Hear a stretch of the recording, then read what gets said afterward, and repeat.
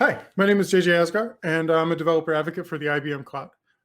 You're here to watch lessons learned from cultivating open source projects and communities. So I'm going to switch over to my slides real quick. There we go. My Twitter is at JJ Asghar, and my email address is trulyawesome@ibm.com. No joke, you can actually reach me there. All right, let's get this going. So first thing first, this is not a tools talk. I'm not going to be talking about specific tools or things that have been chosen to help open source projects. This is about the squishy stuff. I might mention some tools here and there, but in general, this is mainly about how to deal with the squishiness or the humans of your open source project and how to be successful there. The most important thing, and that's the reason why this is the third slide of my presentation, is scoping your project. If you are coming into an open source project, or if you're starting your own open source project, which hopefully is kind of the audience that I am talking to right now, and you're trying to take the lessons I've learned by running different open source projects throughout my career, is you need to learn to scope properly. That was the very first thing I learned when I was helping the Chef software run the OpenStack-Chef project. I cut my teeth mainly in the OpenStack infrastructure, the OpenStack project, and one of the things I learned very quickly was something called the Big Tent. The Big Tent was a failure, in my opinion, because it brought everyone into OpenStack, and all of a sudden, OpenStack just kind of went completely off the rails with so many different things going on, and it was hard to see real success. So you need to pay attention to what is involved in being successful for your project. So scope it properly, and you'd be amazed on what happens. Really put down what your main scope of your project is on your README or whatever, and what it does, and then get people to buy in on that. So there are two main buckets that I believe exist when it comes to open source projects. First is personally backed. Personally backed is the easiest one. That's the one where you take your code and you put it up on GitHub, and congratulations, you have an open source project. And now you're a maintainer, and now you have to take that seriously.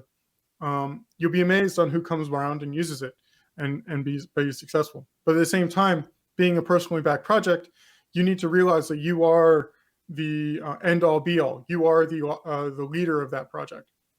It can be extremely stressful because if you become successful, you'll be amazed on how quickly people come around and start using your project. And you have to have infrastructure around it. You have to have ways to get people to put PRs in, or pull requests, if you don't know that term, to add to your project. So be very wary of starting a project, but realize that a personally backed one is just rainbows and unicorns.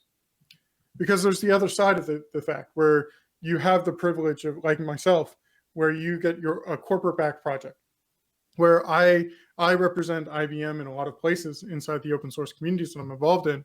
And I, as a corporate backed projects that I work with, I am doing this to make IBM happy. But the disadvantage of that is that I have corporate overlords that tell me what things need to be going on.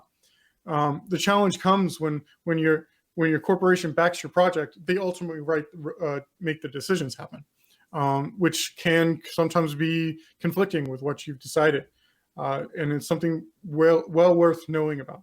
And also, sometimes corporations just kill projects they just kill them. Think of Google Reader, which we all still desperately miss, or Oracle just eating up left and right different projects out there that were great until Oracle decided to come and put their spin on the things. So it's always well worth to be aware.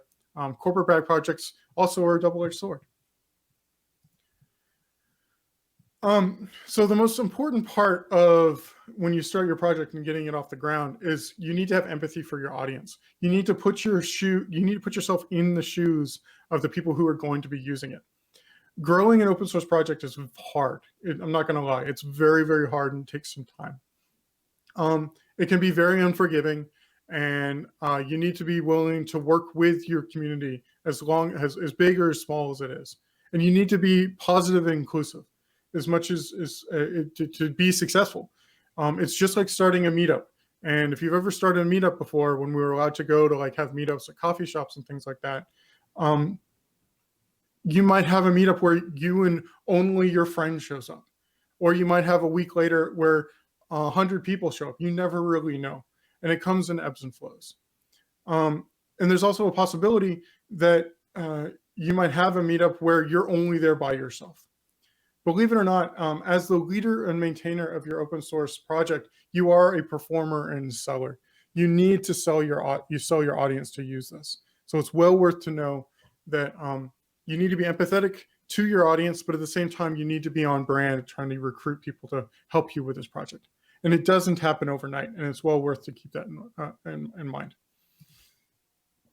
So this is a quote from one of my blog posts. So the whole reason what kind of spurred this whole talk originally, which I realized running a successful open source project was a lot like setting up a trash pickup at a park. So I was looking out over at a conference, or not at a conference, I was on a call, and I was looking out my window, which I used to look over at a park, and I saw a bunch of people cleaning up the trash there. And I realized, at least in Texas, it's next to impossible to just get a trash pickup going. If you want to have it organized, you need to set up water stations because Texas is hot. You need to have collection points for take all the trash. You need the logistics of getting the trash bags out to people. And also you need to be able to like advertise the trash pickup that day. There's a lot of logistics around it. And an open source project is a lot like that, where you need to be able to, people don't care about the logistics of all the work and effort you've done to get the trash pickup to happen. They want to be there to help you work on your code. They don't care about if your boss needs you to do X, Y, or Z to make this happen, or the meeting or whatever. It is volunteer work. And it is important to know that there's a lot of interesting parallels between trash pickups and volunteer work for open source projects. If you want to know more or want a link, please tweet at me and or email me, and I'll send you a link of the little essay I wrote around it. But it really, there's amazing parallels between it. So when you start looking to find opportunities to find ways to recruit people or get people involved in your open source project, you need to celebrate. You need to find ways to vocalize and help and highlight engineers working with you, or software developers, however you want to describe them, and celebrate those successes. You've just released version 1.0, absolutely celebrate that. You've just released version 1.1.1, celebrate that. You need to find the people who've been involved in it and scream it from the mountaintops, because you'd be amazed on how many people out there who they are doing good work for you, but they never get the recognition, or they never get that. So they can't go to their boss or their management chain or whatever and say, hey, I'm helping out this open source project that we use downstream. I've put those PRs in to make it even better, so they can show it. And before you know it, if you celebrate all these different wins and all these different great things that happen, you'll get more people involved, because it'll be a positive in place. Nothing's too small to celebrate, and it's really important to do to do this. Take any and all wins you have and wrap them up in something, a newsletter, an announcement to the email list that you have, whatever. So also celebrate when people get promoted to maintainers, because trust me, you're going to need help eventually. And it'd be really nice to know that Jane Doe out there has now been promoted to maintainer and has commitment. So it's good stuff. On the flip side, you need to really talk about defeats. You need to own your defeats also. Things go wrong sometimes. Sometimes things just bad, things break, or before you notice, if you become successful, there are projects out there that upstream changes break downstream changes that cause money problems, right? Like there's things. Own the defeats. It's really, really, really talk about them, have very high transparency. I mean, you're an open source project anyway, people can get your code, but when you identify a defeat or a problem, you go ahead and you transparently acknowledge what happened. You have your notes all open. You have your meetings in a place where you can come together, which is really, really important. Also, something that happens, open source projects can become extremely draining for open source maintainers. There are a lot of different stories out there of open source maintainers just basically throwing their hands up and walking away because they just couldn't handle the negativity or the demands on top of it. So be wary of those things too. Successful open source projects need infrastructure and support around them. So let's talk about some very, very specific traits that I've seen through open source projects that basically own or basically prove to me that this will be eventually successful. First is the most obvious one, is trust. You need to trust your community. It's the only way to be successful. With that, the ability to, with trust comes better code, with better things. By releasing your code to the world, you're already trusting something happening. And when you build your community to be bigger, you start trusting more people to be involved, and then it gets a life of its own. So be sure to learn to trust your community.